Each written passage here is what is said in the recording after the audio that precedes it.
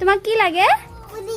কণমানিজনীক দেখিছেনে? তাই আকৌ দেউতাকৰ ওচৰত প্লেটখন লৈ পুৰি বিচাৰি আছে। তাই দেউতাক বুলি মই মানুহজনৰ কথাই কৈছো। মানে তাই আজিকালি মানুহজনকে পাপা বুলি মাতে আৰু মোক মই যেতিয়া বিয়া হৈ আহিছিলো তাই মাত্ৰ তেতিয়া ছমহীয়া এজনী কেঁচুৱা ছোৱালী আছে। আমাৰ লগতে বেছিভাগ সময় খেলি ধূলি ডাঙৰ হৈ তাই এতিয়া 3 বছৰ হ'ল। এইফালে আমাৰ পুৰিও ৰেডি হৈ গ'ল। এতিয়া আমি তিনিওজনে খাই লওঁ। ৰাতিলৈ যিহেতু আমাৰ ডিনাৰৰ অৰ্ডাৰ এটা আছিল আৰু এতিয়া আমি সেই অৰ্ডাৰটোকে বনাবলৈ ওলাইছো। কাষ্টমাৰজনে যিহেতু কোনো ধৰণৰ ডিমাণ্ড কৰা নাই, তেওঁ আমাক কৈছে যে তোমালোকে ৰাতিলৈ খাবলৈ যি ৰান্ধা আমাক সেয়া দিলেই হ'ল। এতিয়া মানুহজনে এয়া পেকিং কৰিবলৈ লৈছে। তেখেতৰ পাপৰ বান্ধি লোৱা ষ্টাইলটো দেখিছেনে?